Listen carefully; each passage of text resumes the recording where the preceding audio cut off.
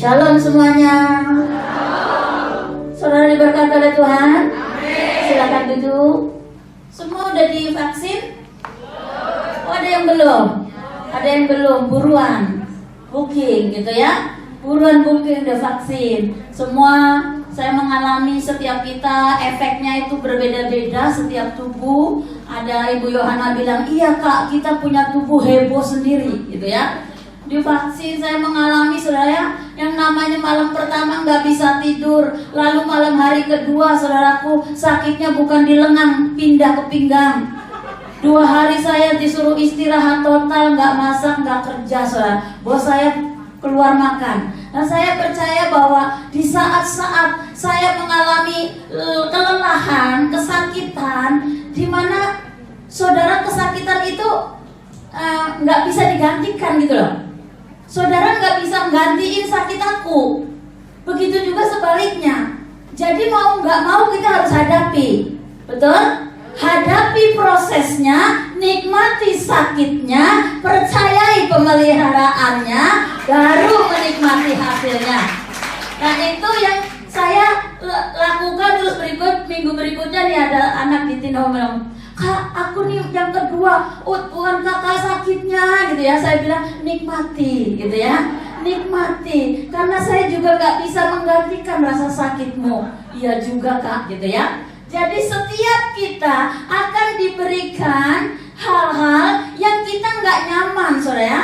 Saya juga nggak nyaman selama 2 hari disuruh istirahat. Orang biasanya sibuk gitu ya, disuruh istirahat total. Tetapi saya belajar. Waktu hari Jumat itu saya tuh udah mau menyerah. Saudara, pagi itu saya SMS Kak Feli tahu nggak obatnya apa gitu ya. Dan Kak Feli cuma ngomong, ya setahu dia kalau sakit makan Panadol, atau ya udah nikmati aja waktu istirahatnya, perbanyak minum air gitu ya. Dan hari itu karena minggu lalu saya harus tugas di Tinhau khotbah juga. Saya itu niat pagi itu mau menyerahkan tugas khotbah saya kepada Bapak Gembala. Karena kalau saya nggak bisa berdiri ya, kalau nggak nyaman kan nggak enak gitu. Dengan saya di rumah pikir begitu. Waktu saya mulai mikir-mikir lah, jam 9 saya masih menyediakan sarapan. Lalu akhirnya saya mendengar suara Bapak Gembala tuh dengan jelas ngomong, suaranya terngiang gitu ya. Selama saya masih bisa berdiri, saya tidak akan menyerah. Saya ingat Bapak Gembala pernah ngomong seperti itu waktu beliau diutus pergi pelayanan ke Cina dalam keadaan pusing dan harus naik kendaraan dan tiduran di kendaraan dan ambil keputusan bahwa saya tetap pelayanan, bahwa saya tetap khotbah. Dan waktu dia tetap bisa berdiri dan khotbah, dan dalam khotbah itu waktu dia berkhotbah pusingnya hilang. Jadi saya dengar suara seperti itu, saya bilang, ya sudahlah, saya nggak nyerah gitu ya, nggak nyerah. Lalu jam 9, jam 10 itu saya kepengen minum kopi, soalnya. Hari itu sebelumnya juga saya minum kopi, nggak terjadi apa-apa. Tapi pagi itu saya pengen minum kopi, jadi saya minum kopi. Habis minum kopi itu badan saya rasa berkeringat gitu ya. Habis berkeringat kan tadinya pinggang saya begini, karena susah sekali berdiri. Habis minum kopi nih badan saya berkeringat. Habis gitu pelan-pelan saya bilang, sakitnya hilang tuh saya bisa berdiri tegak begitu. Terus saya coba goyang-goyangin pinggang, jengkang-jengking pinggangku sudah sehat kembali. Terus saya kasih kabarin teman-teman di Tina, pinggangku sudah sehat, saya sudah bisa jengkang-jengking kembali. Terus akhirnya mereka kata, apa Kak? Jengkang-jengking gitu ya. Jadi saya sudah leluasa dan hari itu saya menikmati, saya bebas gitu. Akhirnya saya bisa khotbah minggu lalu. Nah saudaraku, jadi waktu saya mengalami itu, saya belajar untuk menikmati, saudara. Belajar mensyukuri keadaan, belajar ya sudah, itu bagian saya yang harus saya tanggung gitu ya. Jadi begitu saya melewati itu, saya bersyukur. Kemudian pagi itu hari Sabtunya tuh saya masuk ke APT yang revival untuk Eropa 3 jam. Saya dari jam 3 pagi waktu Hong Kong sampai jam 6. Jadi saya tuh bisa menikmati di sana hadirat Tuhan di kamar sendirian, suasana masih sunyi, pikiran saya masih bersih. Saya bisa sangat menikmati hadirat puji-pujianku bersama Tuhan. Lalu ada waktu itu hari Sabtu itu ada Nabi Ibu Suset Hating ya, yang dari luar itu. Nah, masuk memberikan pesan di mana beliau berpesan bahwa sekarang lagi ada banyak mengalihkan fokus. Jadi gereja Tuhan, orang-orang percaya harus tetap fokus kepada kedatangan mempelai. Kemudian fokus yang kedua, fokus bahwa akan sebelum Tuhan Yesus datang kedua kali akan terjadi penuaian jiwa besar-besaran, dan yang terakhir yang belum pernah terjadi. Jadi kita hanya disuruh fokus kepada dua hal, saudara ya. Jadi waktu saya jam 6 itu saya masih ada waktu 1 jam sampai jam 7. Jam 7 saya mulai kerja. Saya tuh tertidur sekejap, saudara. Karena saya bangun juga belum jam 7. Tapi saya mimpi. Dan mimpi itu membuat saya terngiang-ngiang, membuat saya bayang-bayang. Saya ingat terus mimpi itu, saudara. Dan mimpi itu, saudara, mimpi itu terjadi rapture gitu. Ada hamba Tuhan teriak begini. Lihat banyak orang berterbangan di atas. Terus hamba Tuhan bilang, rapture gitu. Semendadak kita semua, saya ikut terbang, puji Tuhan gitu ya. Saya ikut rapture, dan saya melihat diri saya itu ada di awan-awan. Kemudian saya bisa melihat gedung-gedung, laut, gunung-gunung gitu. Dan di bawah itu ada laut yang bergulung, airnya naik dan menggulung banyak manusia, dan terjadi kekacauan yang luar biasa. Lalu tapi dalam hati saya udah di awan-awan tuh senang sekali gitu, bersukacita banget gitu. Tapi lihat ke bawah mengerikan. Lalu dalam sekejap ternyata saya sudah berada di bumi lagi gitu loh. Tapi di dunia yang baru. Ada 2 oknum manusia, yaitu di dalam kerajaan 1000 tahun damai, di pelajaran akhir zaman itu diceritakan bahwa di kerajaan 1000 tahun damai nanti ada 2 oknum manusia, yaitu manusia yang sudah diubahkan tubuh jadi tubuh kemuliaan, dan manusia yang setia melewati antikristus, masuk ke dalam kerajaan 1000 damai, dan 2 oknum manusia ada di sana. Dan salah satunya saya ada di sana. Ada orang yang jahat yang mau membunuh saya. Dia pakai pistol, dia lemparkan tembakan peluru ke kepala saya, dan peluru itu mental gitu. Terus dia lari. Terus saya tersadar bahwa ketika kita mengalami rapture, tubuh kita sudah diangkat oleh Tuhan, tidak ada kuasa maut ataupun apapun yang bisa menyakiti kita. Nah, dari mimpi itu saya ini kok terbayang-bayang di hati saya, di pikiran saya. Kemudian saya mulai buka-buka gambar di Google seperti apa gitu yang saya lihat dalam mimpi. Saya ketemu sebuah gambar, ya ada banyak orang yang terangkat pakai bajunya warna-warni, tapi yang saya lihat adalah semua pakai baju putih gitu. Semua pakai baju putih. Terus saya lihat, oh ini ternyata ada di gambar itu gitu. Tapi saya menangkap begini, kalau Tuhan menyatakan dia akan datang yang kedua kali. Kan tanggal 13 kemarin kan kita memperingati Tuhan Yesus naik ke surga, lalu bersamaan dengan Lebaran. Kita sekarang sedang menantikan, yaitu pencurahan Roh Kudus, perayaan Pentakosta minggu depan. Lalu kita menantikan janji yang berikutnya, Yesus akan datang yang kedua kali. Nah, kalau kita melihat kembali, saya ajak dulu ke firman Tuhan. Kisah Para Rasul 1 ayat 6 sampai 8.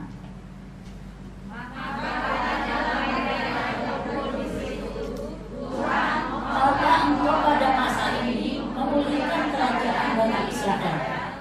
Jawabnya, engkau tidak perlu mengetahui masa dan waktu yang ditetapkan Bapa sendiri menurut kuasanya. Tetapi kamu akan menerima kuasa kalau Roh Kudus turun ke atas kamu, dan kamu akan menjadi saksiku di Yerusalem dan di seluruh Yudea dan Samaria dan sampai ke ujung bumi.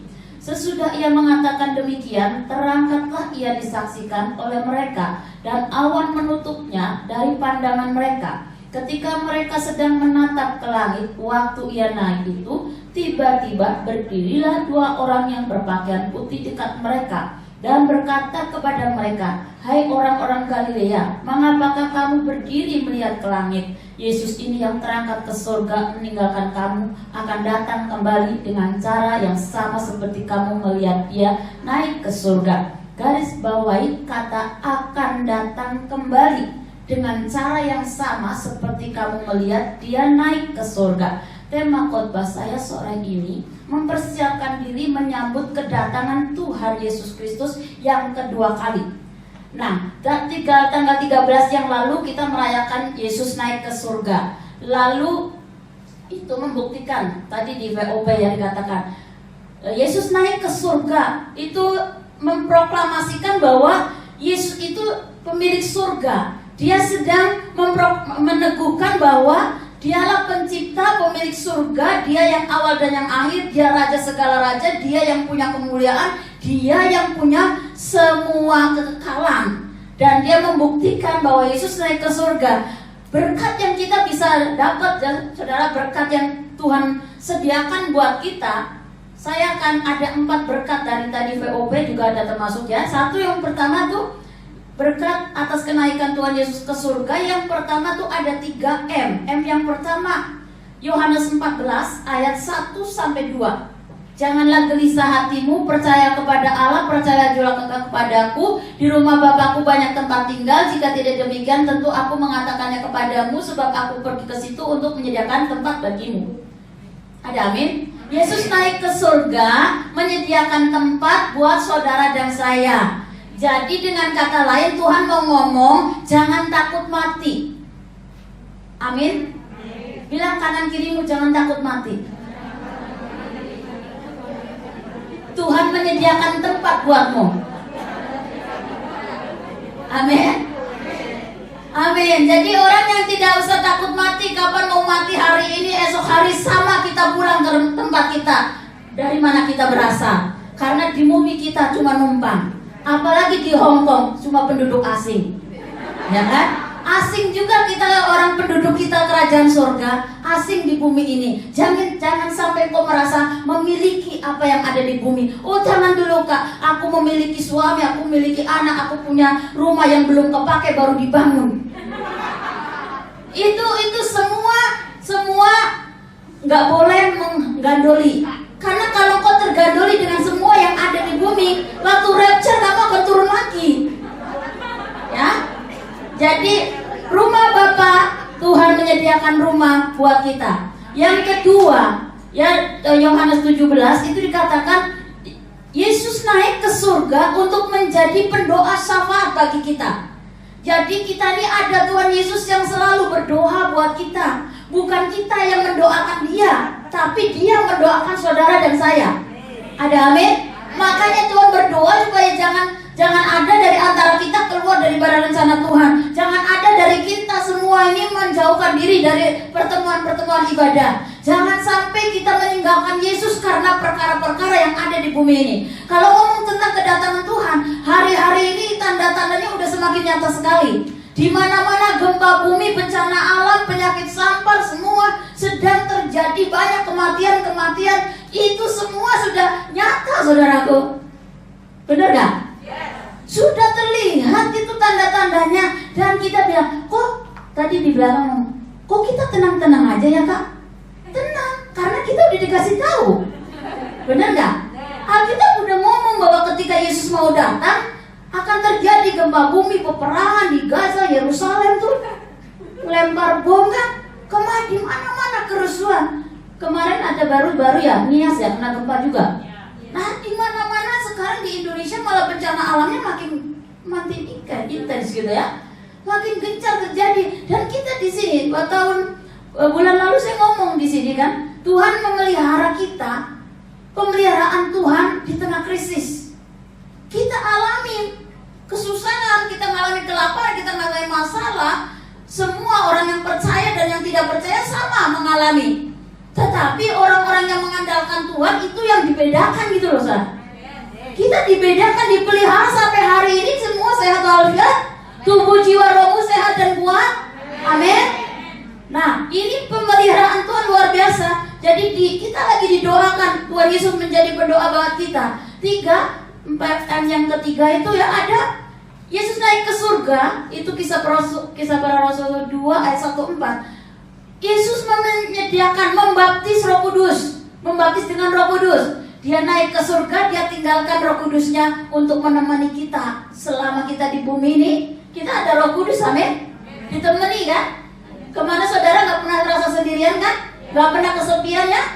Walaupun kau sendiri, kau gak pernah bilang aku lonely gitu kan? Aku alone tapi not lonely, gitu kan?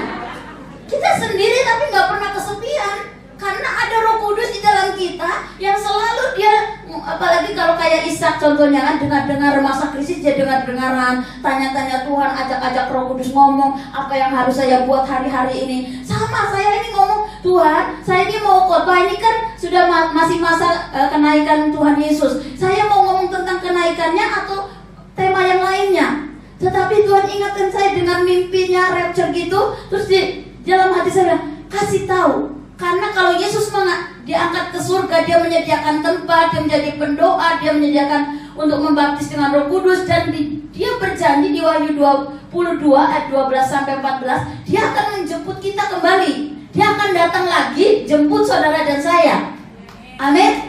Luar biasa kan ya? Kita punya Tuhan luar biasa. Tidak ada nabi dimanapun yang pergi ke surga lalu dia janji, aku jemput kamu lagi kok. Cuma Yesus satu-satunya. Amin. Cuma dia satu-satunya. Aku tinggalin kamu, tapi tenang, aku akan datang kembali untuk ngajak kamu ke sana. Nah, ini luar biasa. Jadi waktu Yesus naik ke surga, dia menyediakan berkat-berkat itu buat kita. Tetapi itu bagian yang Tuhan Yesus kerjakan buat kita orang-orang percaya. Sekarang bagaimana, apa yang harus kita kerjakan, bagian saudara dan saya sebagai orang-orang yang masih ada di bumi ini, agar kita mempersiapkan diri untuk menyambut kedatangan Tuhan yang kedua kali. Nah, ini tugas saudara dan saya semua. Amin. Siap? Responi dengan hati yang terbuka. Kalau Tuhan ngomong ampuni, kalau Tuhan ngomong lepaskan, kalau Tuhan bilang cabut, keluarkan, saudara mau berkata yes Tuhan aku mau. Amin. Karena apa? Karena kalau kita ngomong Yesus akan datang yang kedua kali, dia gak akan datang menemui anak-anaknya yang bobrok gitu kan. Gak akan menemui orang-orang yang tidak kudus.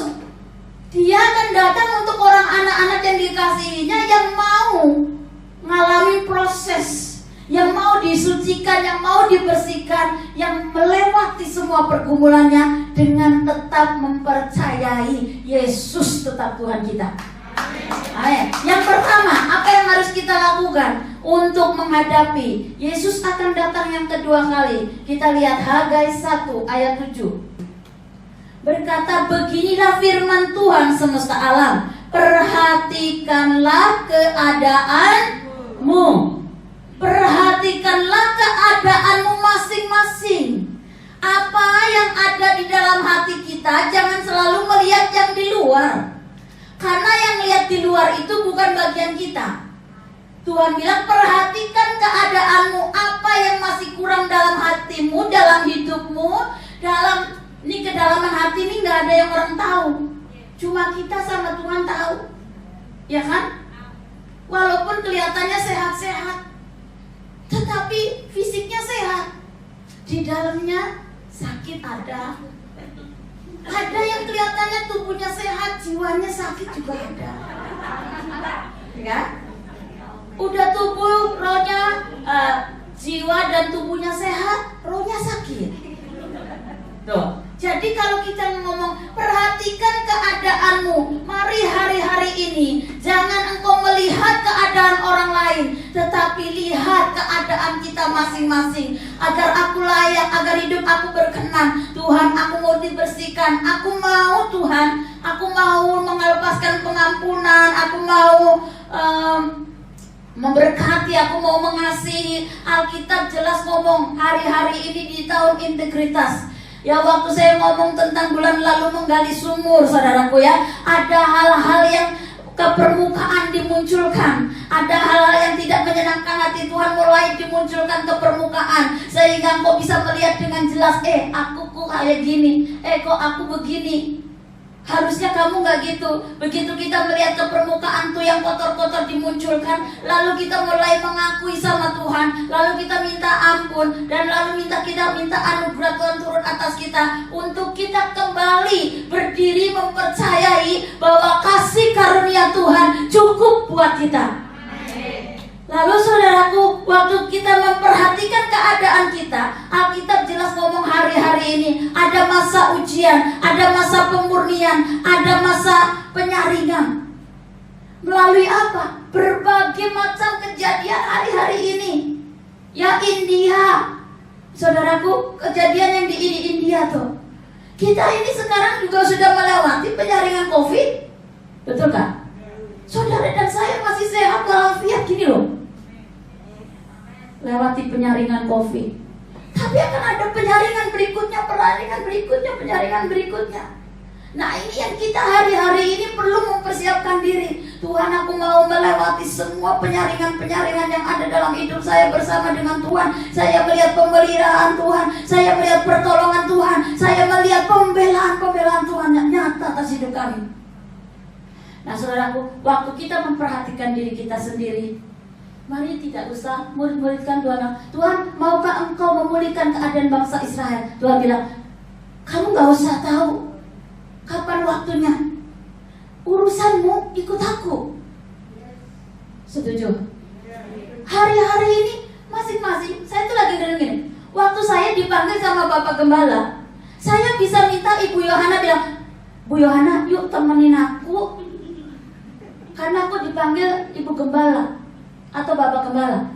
Tapi coba kalau aku dipanggil sama Tuhan, aku gak bisa ngajak Ibu Yohana nemenin saya. Betul kan? Betul. Jadi sekarang itu, hari-hari ini, masing-masing ini akan dipanggil menghadap Tuhan sendiri, dan akan disuruh mempertanggungjawabkan apa yang kita lakukan di bumi masing-masing. Tidak menggantungkan kepada siapapun. Meskipun kau punya teman paling lengket, paling baik di sini di Hong Kong, waktu kau dipanggil Tuhan, kau bisa nggak bisa ditemenin sama dia? Nggak bisa juga ditemenin oleh suamimu, nggak bisa ditemani oleh anak-anakmu dan keluargamu. Semua masing-masing hari-hari ini berurusan dengan Tuhan.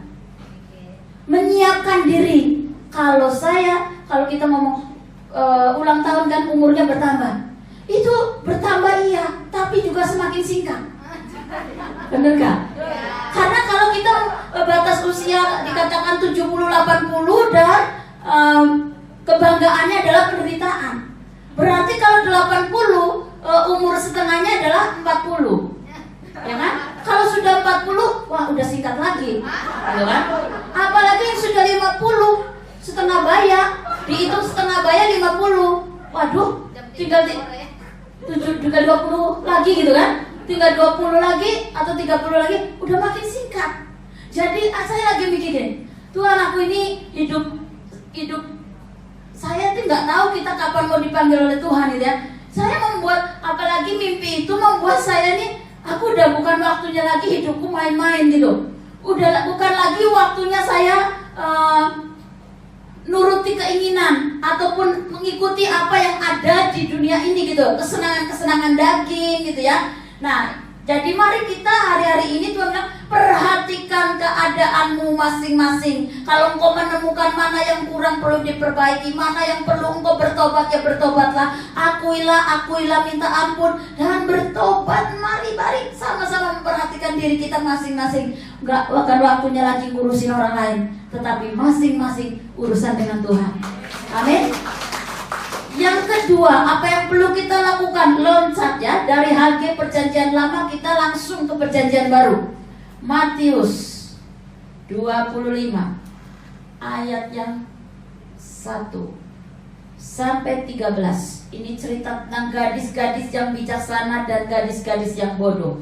Pada waktu itu, hal kerajaan surga seumpama 10 gadis yang mengambil pelitanya dan pergi menyongsong mempelai laki-laki.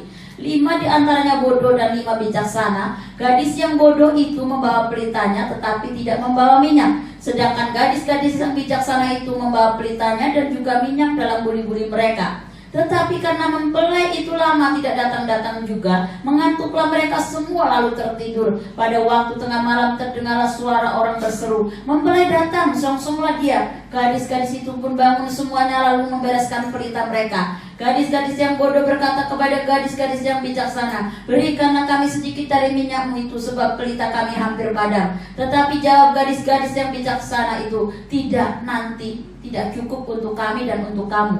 Lebih baik kamu pergi kepada penjual minyak dan beli di situ." Akan tetapi waktu mereka sedang pergi untuk membelinya, datanglah mempelai itu dan mereka yang telah siap sedia masuk bersama-sama dengan dia ke ruang perjamuan kawin. Lalu pintu ditutup. Kemudian datang juga gadis-gadis yang lain itu dan berkata, Tuhan, Tuhan, bukakanlah kami pintu. Tetapi ia menjawab, aku berkata kepadamu, sesungguhnya aku tidak mengenal kamu. Karena itu berjaga-jagalah, sebab kamu tidak tahu akan hari maupun akan saatnya. Yesus datang.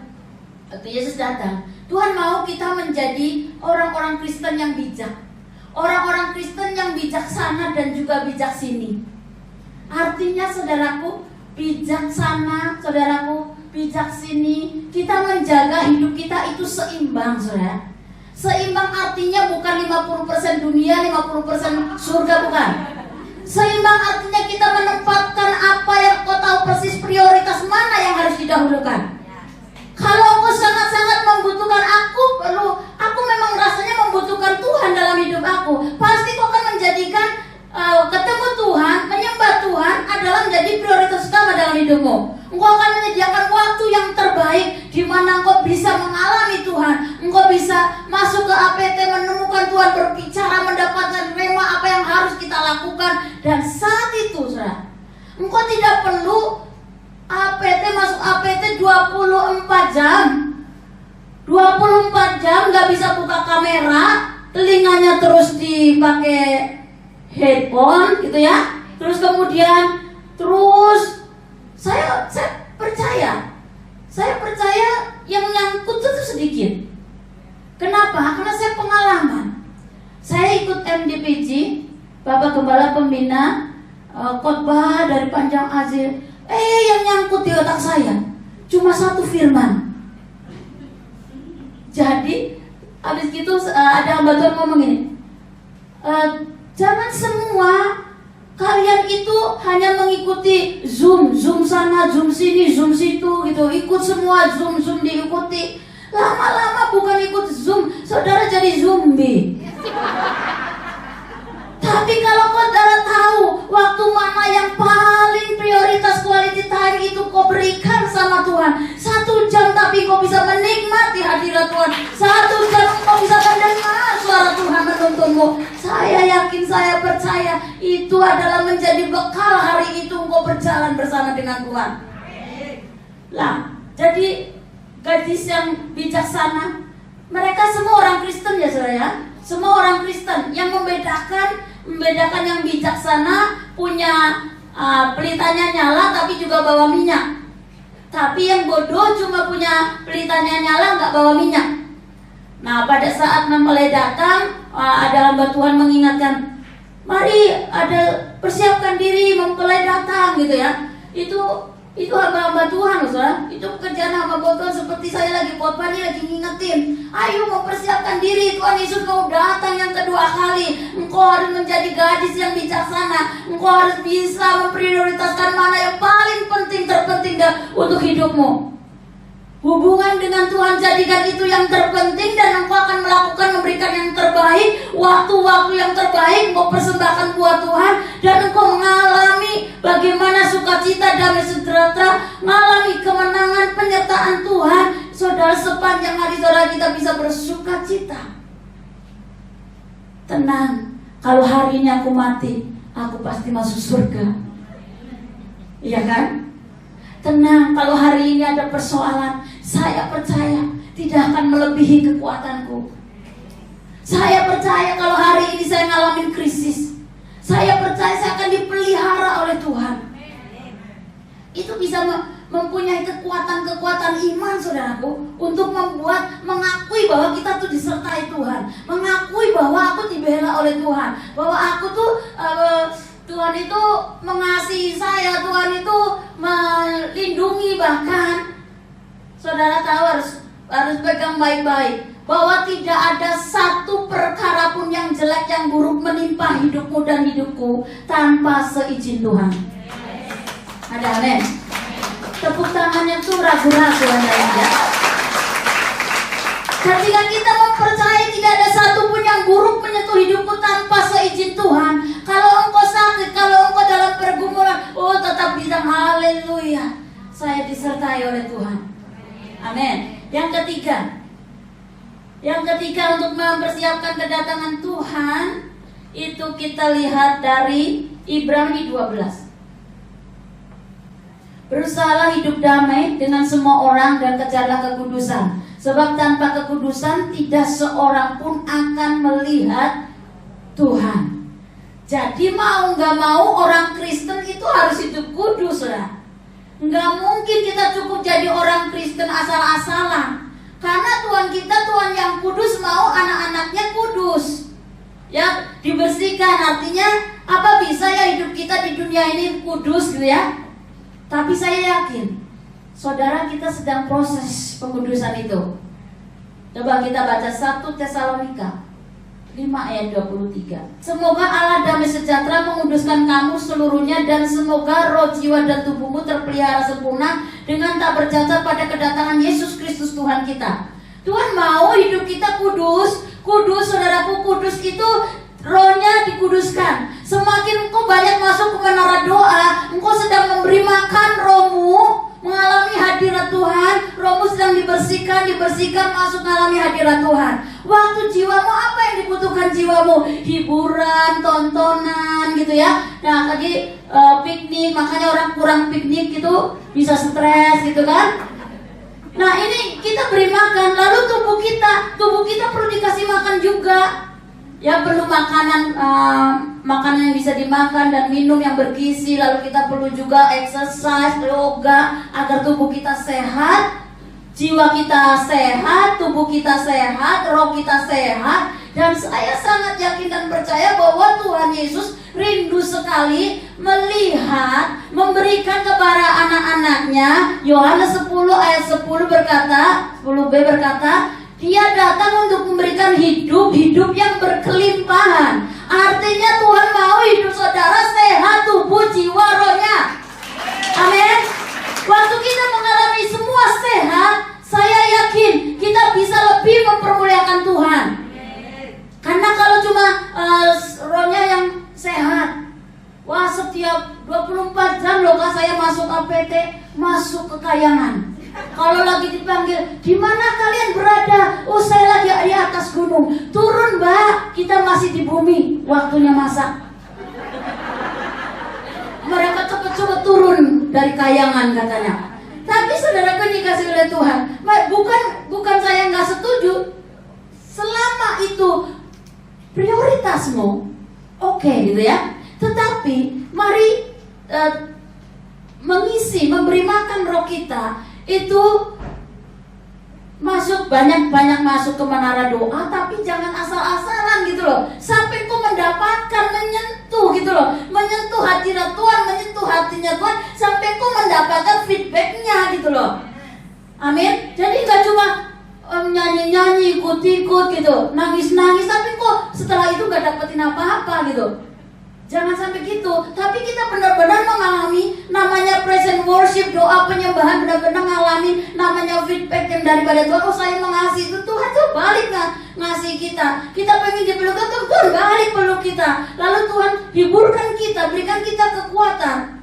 Nah waktu kita ngalamin kayak begitu, saya yakin roh kita akan makin dekat. Dan apa yang dibutuhkan oleh jiwa? Saya jiwa kita tuh lagi senang nonton drama Korea. Nah, senang nonton Ikatan Cinta, gitu kan? Tontonan itu ketika kita memberikan makanan, roh kita lebih banyak. Saya yakin lambat laun itu kepengen nonton tuh, hasrat jiwanya pengen nonton, dihibur, itu lambat-lambat akan terkikis. Akhirnya apa? Artinya rohnya mulai berjalan udah membosankan yang ada di bumi gitu. Tontonan Korea gitu-gitu aja. Ya rebutan bini, punya selingkuhan kayak begitu. Tapi kemudian, oh iya ya, menikmati hadirat Tuhan. Ada yang waktunya kadang-kadang waktunya menjadi makin singkat, Saudara nggak perhatiin nggak hari-hari ini? Jamnya makin cepat berlalu. Biasanya, ya kemarin ada kesaksian dari Eropa itu ya, ibu-ibu itu bilangin, aku itu biasanya dulu belum masuk EPT katanya. Terus dia bilang, hari itu menjadi hari yang sangat panjang. Dia sudah melakukan banyak kesibukan, namanya juga ibu-ibu, suka shopping, suka gosip, suka buka tetangga gitu ya. Tapi hari-hari ini dia pakai waktunya, begitu waktu senggang dia masuk ke EPT, masuk ke menara-menara doa. Dan waktunya dikatakan jalannya rasanya semakin cepat, dan tidak terasa dia meninggalkan kebiasaan-kebiasaan yang di bumi. Ada amin? Menjaga kekudusan itu harus, saudara.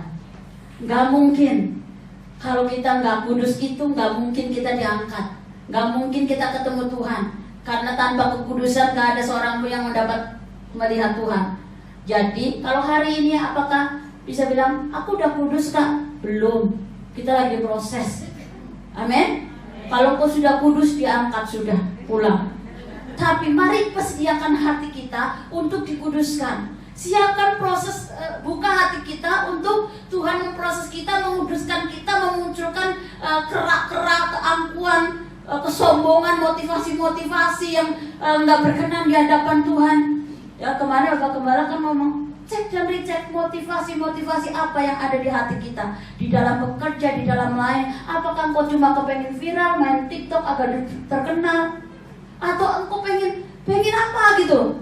Pengen cuma terkenal, pengen dikenal oleh orang. Semua itu, saudaraku ya, semua itu kadang muncul motivasi-motivasi dalam hidup. Dan saya hari-hari ini, saudara, saya mengikuti sebuah kelas yang materinya itu benar-benar membersihkan diri. Jadi waktu ikut materi itu maksudnya bukan untuk saya nggak bisa melihat orang lain, karena itu fokus untuk bagaimana menyingkapkan banyak motivasi-motivasi yang terpendam, yang sulit untuk diungkapkan. Tapi waktu diterangi oleh pengajaran itu, saya harus punya kerelaan hati untuk melepaskan. Artinya apa? Mencabuti, bahkan kerelaan mencabut tuh, kayak Raja Wali mencabuti bulu-bulunya, agar dia bisa punya terbang dengan kekuatan yang baru. Menyendiri, cabutin tuh egonya, cabutin tuh yang gak benar-benar. Nah, waktu saya mulai melakukan itu, saya gak berani bilang, udah perhatikan keadaanmu. Saya bilang gak usah melihat orang lain. Ada banyak loh orang yang bisa melihat dengan mudahnya melihat kesalahan orang lain, lalu orang lain mengomentari komentar-komentar yang gak nyaman. Saya bilang, Tuhan, jauhlah dari saya. Saya ngomong, saya lagi dikuduskan, saya lagi dibersihkan. Jadi bagaimana kalau Anda nih menemukan ada orang di grup itu selalu mengomentari orang lain, apa yang dilihatnya itu selalu dikomentari. Apa yang saudara perlu lakukan? Apa? Diam semua? Diamin? Setuju diamin? Oke, siapa yang mendoakan? Iya, tadi pagi ada yang dengan setia, saya mau mendoakan. Tapi doa saja cukup? Saya bilang gak cukup. Kenapa? Karena ketika orang itu terus mengomentari orang lain, saya coba udah ingatkan gitu ya, dan ternyata terus. Akhirnya apa? Saya ambil ketetapan, kita gak bisa menghentikan orang ngomongin orang lain. Gak bisa juga menghentikan burung terbang di atas kepala kita, bersarang di atas kepala kita ya. Yang bisa kita lakukan adalah mencegah agar burung itu tidak di atas kepala kita. Artinya biarkan bahwa kita gak bisa menghentikan orang berbicara, ngomongin orang lain. Ya, yang bisa kita lakukan adalah menjaga supaya kita gak tertular, supaya kita gak ada di dalamnya, supaya kita gak terlibat di dalamnya. Itu yang saya lakukan, saya jaga. Saya bilang, teman-teman boleh ngomong pribadi ke saya, kok gini. Ya sudah, kalau kamu sudah melihat begitu, sekarang pilih, kamu mau terlibat di dalamnya atau kamu diam. Karena saya sudah pernah mewakili untuk ngomong gitu ya. Tetapi waktu saya lihat, Tuhan coba perhatikan keadaan. Begitu gampang orang melihat dunia luar dan mudah sekali untuk mengomentari segala sesuatu.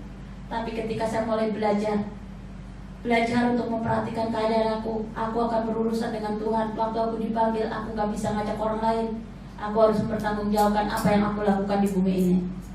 Saudaraku, kemudian yang keempat, yang terakhir, apa yang perlu kita lakukan adalah Matius 24. Siapakah hamba yang setia dan bijaksana yang diangkat oleh tuannya atas orang-orang untuk memberikan mereka makanan pada waktunya. Berbahagialah hamba yang didapati tuannya melakukan tugasnya itu ketika tuannya itu datang. Lalu Matius 25 ayat 14 katakan, sebab hal kerajaan surga sama seperti seorang yang mau bepergian ke luar negeri, yang memanggil hamba-hambanya dan mempercayakan hartanya kepada mereka. Ini ceritanya sudah. Jadi hamba yang setia dan hamba yang melipat gandakan talenta.